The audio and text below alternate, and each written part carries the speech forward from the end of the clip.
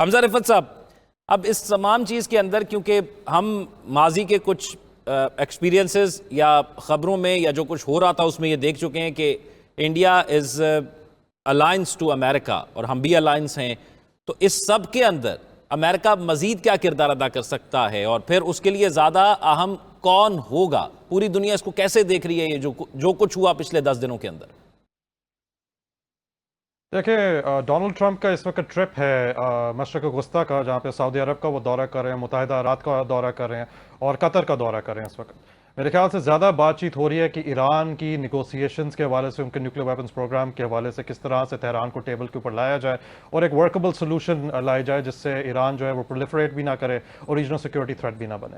دوسرا جو خدشہ یہ ہے کہ ٹرمپ کی یہ سیکنڈ ٹینیور کے اندر ان کا فرسٹ دورہ ہے مڈل ایسٹ کا، اور اس میں ان کا سٹاپ اوور اسرائیل کا نہیں ہے۔ تو اس کے حوالے سے اگر ہم بات کریں تو یہ بھی خدشہ ہے کہ ابراہیم اکارڈز جو ہیں وہ جو سعودی عرب کو وہ پش کریں گے کہ اسرائیل کے ساتھ نارملائز کیا جائے۔ اس وقت ڈونلڈ ٹرمپ کے ریڈار کے اوپر پاکستان اور ہندوستان اس وقت نہیں ہے۔ انہوں نے سیز فائر کرنی تھی، ڈونلڈ ٹرمپ کے خلاف اس وقت ڈومیسٹکلی بہت زیادہ اپوزیشن تھی، انہوں نے سیز فائر کا جو ہے ثالثی کردار ادا کر کے، اور میں آپ کو ایک انٹرسٹنگ بات یہ بتاتا ہوں کہ جے ڈی وینس کو انٹیلیجنس انفارمیشن ملی تھی اور وہ اور مارکو روبیو جو تھے وہ ڈونلڈ ٹرمپ کے پاس گئے اور ڈونلڈ ٹرمپ نے اپنے ہاتھ اٹھا لیے تھے، انہوں نے کہا تھا میں اس چیز کا حصہ نہیں بنوں گا۔ اس کے بعد جب کال کی گئی تھی نریندر مودی کو تو B J P government was not very happy, انہوں نے کلیئرلی کہہ دیا تھا کہ ہم سیز فائر نہیں کریں گے، اس وقت پاکستان نے ہمارے خلاف اٹیک کیا تو ہم واپس جواب دیں گے۔ تو اس کے بعد انہوں نے کہا کہ بیسکلی انٹیلیجنس رپورٹس کافی سنگین ہیں تو آپ کوشش یہ کریں کہ سیز فائر کے اوپر، تو مودی نے بہت ریلکٹنٹلی سیز فائر کے اوپر اگری کیا۔ پر رہی بات امریکہ کی، دیکھیں ان کے لیے ایک وکٹری ہے، انہوں نے وہ ثالثی کردار ادا کیا جو شاید چین نہ کر سکے، سعودی عرب نہ کر سکے، حالانکہ مختلف ممالک جو ہے وہ ٹرائی کر رہے تھے۔ پر اس وقت جو ہے امریکہ کے لیے، ڈونلڈ ٹرمپ کے لیے بہت بڑی وکٹری ہے کیونکہ انہوں نے گلوبلی اپنے آپ کو ایسے پیش کیا کہ وہ پیس میکر ہے۔ ان کی پہلی پالیسیز جو تھی وہ ساری کانفرنٹیشنل تھی۔ ٹیرفز کے حوالے سے اگر ہم دیکھ لیں، چائنا کو کنٹینمنٹ والی پالیسی ہے، انڈو پیسفک اسٹریٹجی کے اندر ہندوستان کے رول کو بہت زیادہ جو ہے اوپر لانے کی جہاں تک بات ہے، وہ ان ساری چیزوں کے اوپر اب فوکس تھا۔ یہ جو سیز فائر ہے، یہ let's be very honest, it caught us all by surprise. جب یہ اناؤنس ہوا تو ہم نے کہا کہ ڈونلڈ ٹرمپ جو پہلے کہہ رہے تھے کہ وہ ایک نان انٹرونشنسٹ ہے، وہ میگا میں بلیو کرتے ہیں، وہ کیوں سیز فائر کی طرف آئے؟ تو جب کریڈیبل انٹیلیجنس رپورٹس آئیں تو اس کے بعد پھر امریکہ نے یہ اسٹیپ اٹھایا۔ اس وقت امریکہ کا جو پرائیورٹی ہے وہ مشرق وسطیٰ کے اندر اسٹیبلٹی کے حوالے سے ہے۔ ابھی دیکھنا ہوگا کہ ابراہیم اکارڈز کے حوالے سے وہ کتنے زیادہ محمد بن سلمان کو پش کرتے ہیں کہ وہ اسرائیل کی طرف آ جائیں۔ تو یہ سچویشن فی الحال بن رہی ہے۔ سیز فائر کے بعد مجھے نہیں لگتا کہ امریکہ کا زیادہ کوئی رول ہوگا۔ ہاں یہ ہو سکتا ہے کیونکہ بھارت کے اندر اس وقت بہت زیادہ غم و غصہ ہے۔ میرے سے پہلے پینلسٹ نے اس چیز کا ذکر کیا کہ پروپیگنڈا وارفیئر چل رہا ہے، ڈونلڈ ٹرمپ کو آئی ایم سوری ٹو سے ویلیفائی کیا جا رہا ہے انڈین میڈیا کے اندر۔ تو اس سے صاف ثابت ہوتا ہے کہ India might be ready for war, and اگر انہوں نے اس طرح کی کوئی چیز کی تو ہم منہ توڑ جواب تو دیں گے۔ پر ایک بات سمپل سی آ جاتی ہے کہ سیز فائر کے بعد اگر کوئی وائلیشن ہوگی تو ہندوستان کی طرف سے ہوگی۔ پاکستان ایک رسپانسبل ملک ہے، ہم نے انڈس واٹر ٹریٹی کی جو بقا ہے اور اس کی اوور آل جو سینکٹیٹی ہے اس کو ہم نے پریزرو کیا ہے۔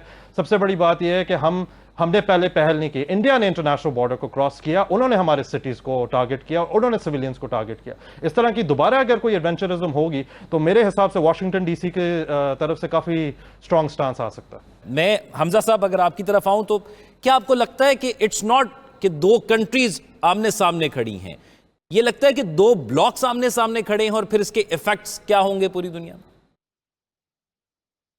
دیکھیں، میں آپ سے رسپیکٹفلی اتفاق نہیں کروں گا۔ میرے خیال سے بلاکس والی جہاں تک بات ہے، ہندوستان نے اپنے آپ کو ہمیشہ یہ پیش کیا ہے کہ وہ امریکہ کا بڑا اسٹرانگ ایلائی ہے، وہ بیسکلی اینٹی چائنا پرو انڈو پیسفک اسٹریٹجی میں بلیو کرتا ہے۔ حالانکہ ہندوستانیوں سے اگر آپ بات کریں گے تو وہ یہ کہتے ہیں کہ ہماری بڑی انڈیپینڈنٹ فارن پالیسی ہے۔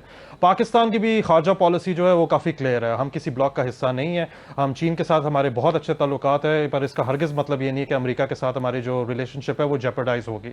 میرے خیال سے یہ ایک اگریسو ملک، ایک ہندوتوا obsessed ملک جو اکھنڈ بھارت میں بلیو کرتا ہے، پاکستان کو ایک کمزور ملک اور ایک دہشت گرد اسٹیٹ اسپانسر آف ٹیرر کے طور پہ وہ پیش کرنا چاہتا ہے، ایک ایسا ملک جو فالس پروپیگنڈا پھیلا رہا ہے اور ایک ایسا ملک جو امن میں بلیو کرتا ہے، ریجنل کنیکٹیوٹی میں بلیو کرتا ہے۔ $62 بلین کی انویسٹمنٹ سی پیک کی وہ سینٹرل ایشیا، افغانستان اور آگے ایران اور یوریشیا میں اس کو ایکسٹینڈ کرنے کی بات کرتا ہے۔ یہ ان دو ملکوں کے درمیان یہ جنگ ہے، اور ہندوستان جو ہے خارجہ پالیسی کے حوالے سے بہت حد تک تنہا ہوا ہے۔ یہ اس چیز کو انڈینس کبھی مانیں گے نہیں. وہ ابھی بھی اپنے آپ کو کہتے ہیں کہ ہم ایک ہیجمونک پاور ہے, ہم پاکستان کو ہم یہ کر دیں گے وہ کر دیں گے. آئی ایم ایف کے جو لون ہے, حالانکہ میں ان چیزوں کو انڈورس نہیں کرتا, آئی ایم ایف کی جو ساری ڈیل تھی اس کے حوالے سے انہوں نے کافی اپوزیشن کا اظہار کیا, پر پھر بھی پاکستان کو ملی. امریکہ کی طرف سے کوئی اس طرح کی آپ کہہ سکتے ہیں پارشل نیریٹو نہیں آیا کہ پاکستان اسٹیٹ اسپانسر ٹیرر, یہ صرف ہندوستان کی طرف سے آ رہے ہیں. دیز آر فیلسیز اور مس انفارمیشن جو یہ لوگ پروموٹ کر رہے ہیں. تو ایک اگریسو ملک ہے جو بیسکلی, اور آپ خود دیکھیں کہ ایک روگ سٹیٹ ہے ہماری ریجن کے اندر. بنگلہ دیش کے اندر شیخ حسینہ جو ہیں, جو ایک وار کرمنل ہیں, آئی سی سی انٹرنیشنل کرمنل کورٹ کے اندر ان کا کیس کیا ہوا ہے. بنگلہ دیش اس طرح کے فگر ہیڈ کو انڈیا نے پناہ دی ہوئی ہے. شری لنکا کے اندر 1987 سے ان کے ٹینشنز چل رہے ہیں. جب راجیو گاندھی نے انڈین پیس کیپنگ فورس بھیجی تھی وہاں پہ L T T Lanka Tamil tiger Eelam کو کنٹرول کرنے کے حوالے سے, وہ اسپائرل آؤٹ ہو گئی تھی, اور پھر شری لنکن حکومت نے کہا کہ آپ پلیز ہمارے ملک سے نکل جائیں. نیپال کہتا ہے کہ ہمیں بولنگ کر رہا ہے. بھوٹان کہتا ہے کہ Indian army is very close to us, کیونکہ ظاہری بات ہے اروناچل پردیش کے کلوز پراکسیمٹی ٹو ہے. چائنا ان سے تنگ ہے. یہ بیسکلی ایک ایسی جنگ ہے ایک رسپانسبل اسٹیٹ کے حوالے سے اینڈ اگینسٹ اے روگ اسٹیٹ. اور روگ اسٹیٹ ہندوستان تاریخ میں اگر آپ دیکھیں ایکسپینشنزم کا ہمیشہ سے ان کو ایک آبسیشن ضرور تھی, پر نریندر مودی کے آنے کے بعد جو ہے انڈیا کا جو ایکسپینشنسٹ فارن پالیسی ہے اس کی ساری دنیا تنقید کر رہی ہے, خطے میں تنقید کر رہے ہیں. تو صرف ہندوستان کی آپ کہہ سکتے ہیں جو اگریشن ہے, جو پاکستان کو ڈیمورلائز کرنے کے حوالے سے جو ان کی الیکشنیئرنگ ڈومیسٹکلی چل رہی ہوتی ہے, وہ ان کی پوری فارن پالیسی کو ڈکٹیٹ کرتی ہے. پاکستان میں ہمارے جس قسم کی بھی مسئلے ہوں, سول ملٹری ٹینشنز ہو, کوئی سیاسی مسئلے ہوں, جب پاکستان کی بات آتی ہے ہم نے ہمیشہ امن کی بات کیا. اس وقت یہ basically just to reiterate my point, this is a battle between a responsible country and a rogue state. اس میں alliances اور blocks کی بات نہیں ہے.